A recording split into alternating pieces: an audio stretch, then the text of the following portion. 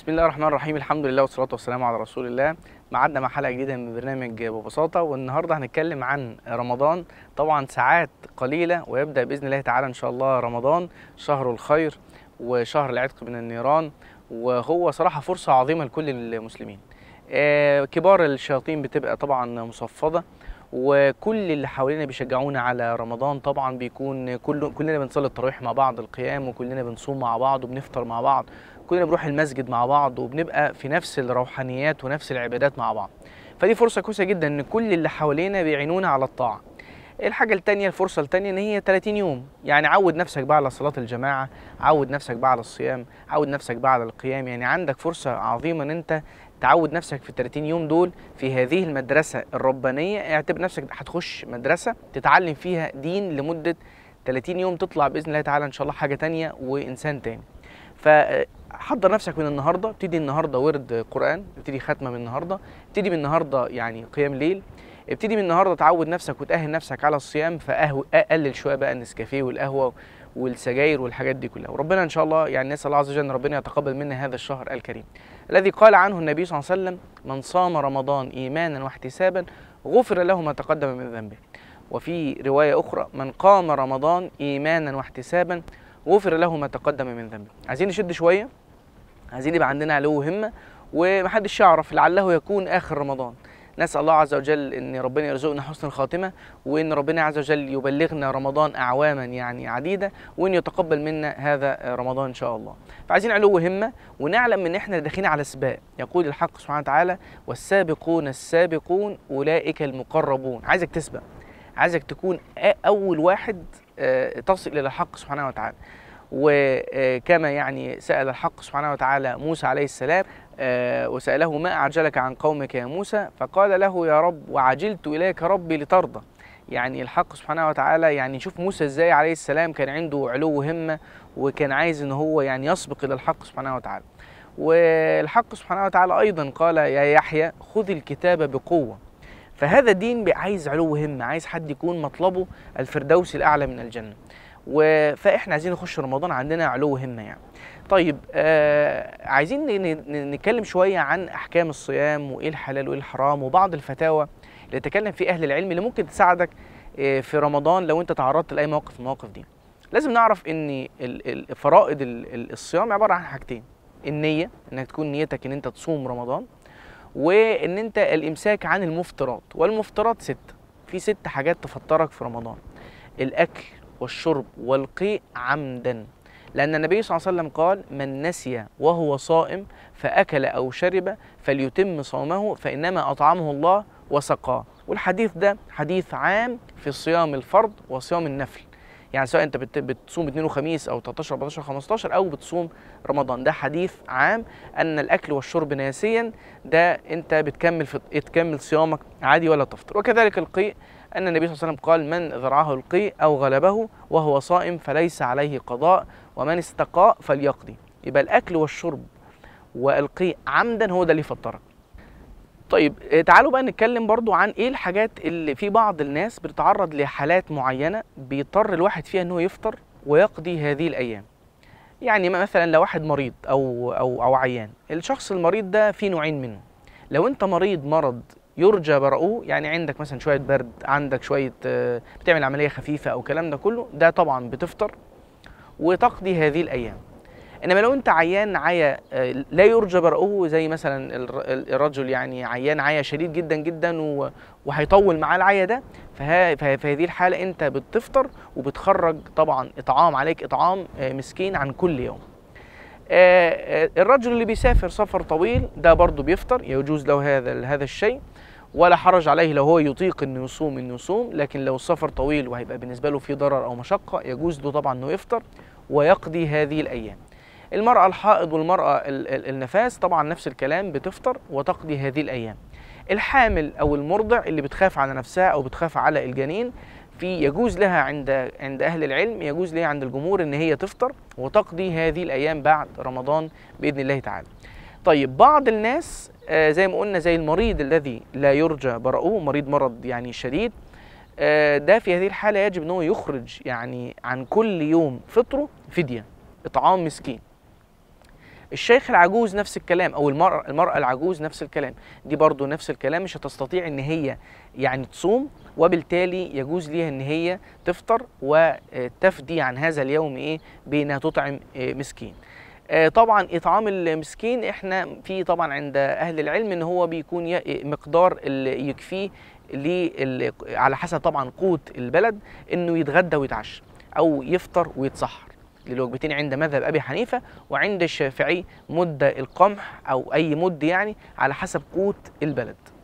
واحنا يعني الازهر الشريف بيصدر كل سنه مقدار الفطر او مقدار الوجبه اللي انت ممكن تتبرع بيها للافطار الصائم يعني. طيب في بقى نوع واحد من الناس ده لازم يجب ان هو عليه قضاء وعليه كفاره، وهذا الذي يجامع عامدا باختياره ذاكرا للصيام ولو لم ينزل المني. يبقى اذا حصل جماع بين الرجل وزوجته في نهار رمضان، الرجل ده لازم عليه كفاره حتى ولو لم ينزل، يعني حتى بلقاء الختانين فقط. طب ايه كفاره هذا الرجل؟ عتق رقبه مؤمنه. فمن لم يستطع فصيام شهرين متتابعين، يعني تقضي اليوم اللي انت حصل فيه الجماع وتصوم شهرين متتابعين. لو حصل ان انت يعني فطرت منهم يوم واحد في النص، بتعيد من الاول. فإن لم يستطع فعليه بإطعام 60 مسكينا بقوت البلد زي ما احنا حكينا. طيب لو أنا حصل إن أنا سافرت بلاد كذا بلد، وطبعا أنا لما بسافر أي بلد بلتزم بالبلد وأحكامها وبطلوع الشمس وغروبها في الصلاة وفي الصيام. طيب حصل نتيجة سفري إن أنا رمضان كمل عليا 31 يوم، وبالتالي أنا بصوم صيام البلد ولا حرج في ذلك ولا أفطر حتى ولو زاد عدد الأيام عن 31. طب لو حصل ان انا نتيجه سفري وانا بلتزم بالبلاد اللي انا بسافرها، فحصل ان عدد الايام كان 28 يوم، فلا، في هذه الحاله بزود يوم، لان اقل عدد للشهر العربي هو 29 يوم كما صح عند النبي صلى الله عليه وسلم. طيب حكم الصيام وعباده من لا يصلي، نحن نقول ان صيامه صحيح، ولكن ان الصلاه هي عماد الدين، فطبعا الاجر من هذا الصيام يضعف. وطبعا يقول النبي صلى الله عليه وسلم من ترك الصلاة فقد كفر، فممكن انه ما يقبلش منك اي عمل، ولكن نقول له صم وصلي. انما لو انت بتصوم فقط ولا تصلي فانت اجر الصيام عندك قليل جدا. طيب حكم صيام الحائض اذا طهرت قبل طلوع الفجر واغتسلت بعد الفجر فصيامها صحيح. يبقى لو المرأة الحائض طهرت قبل الفجر، خلاص ان شاء الله دي تصبح الصبح تفطر حتى تصوم حتى ولو اغتسلت بعد الفجر، لان النبي صلى الله عليه وسلم كان يعني يجامع زوجاته وكان يغتسل بعد الفجر، فاذا جاء الفجر وطلع الفجر فانه يغتسل ويذهب الى صلاة الفجر. فاذا من هذا الحكم بالقياس، المرأة الحائض اذا طهرت قبل طلوع الفجر فانها تغتسل بعد الفجر وتكمل صيامها ولا شيء عليه. طيب بعض الشباب وبعض الطلبة بيفطر عشان الامتحانات، هذا لا يجوز بالطبع. طيب ان انا اكون قاعد جنب واحد بيدخن سجاير او بشم بخور او بشم عطر، طبعا ده احاول اتحرى انه ده لا يجوز، بس باذن الله تعالى هذا لا يفطر. طيب الحقنة، ان انا اخد حقنة في القبل او الدبر، دي بتفطر.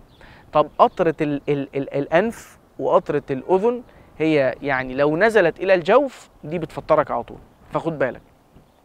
قطرة العين ما تفطرش، لأن لم يثبت عند يعني علماء الطب إنها بتصل إلى إيه؟ إلى الجوف. طيب الإبرة بقى في الجلد، في الشريان، في الحاجات دي كلها، هذا أيضا إيه؟ ما تفطركش ولا حاجة. طيب الإبر المغذية اللي هي بتديك غذاء، ده برضو دي كده تفطر يعني. طيب لو واحد أغمى عليه في نهار الصيام وأفاق ولم يستغرق كل اليوم فلا يفطر. لكن لو استغرق الإغماء ده كل اليوم، لا، في هذه الحالة إيه؟ هذا الرجل إيه؟ بيفطر. طيب لو طرأ على المرأة حيض أو نفاس ولو قبل المغرب بدقيقة تفطر، لأن في هذه الحالة خلاص فطرت ولا يصح صيامها. طيب الواحد اللي صام، يعني واحد صايم ونام ثم احتلم، فده برضو ما يفطرش، ده دونا عنه، ولكن الاستمناء اللي هو يعني بإرادته فهذا طبعا إيه؟ يفطرك.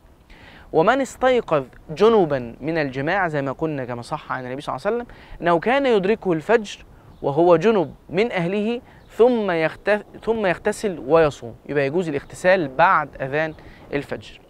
دي كانت بعض الأحكام، بعض الأشياء اللي ممكن تفيدنا في رمضان وفي نهار رمضان وصيام رمضان، وبعض الفتاوى عند أهل العلم. طيب يستحب لنا شوية حاجات في رمضان نحاول ان احنا نحرص عليها في الصيام، منها تعجيل الفطر. قال النبي صلى الله عليه وسلم: لا يزال الناس بخير ما عجلوا الفطر. بلاش نستنى لما الأذان كله يخلص وبعدين ايه نفطر، لا، أول ما يسمع الله أكبر نفطر على طول، وهذه السنة.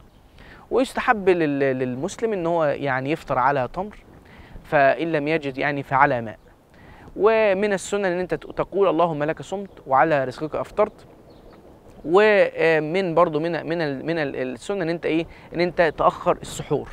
يبقى تعجيل الفطار وتأخير السحور من السنة، لأن النبي صلى الله عليه وسلم قال: تسحروا فإن في السحور بركة.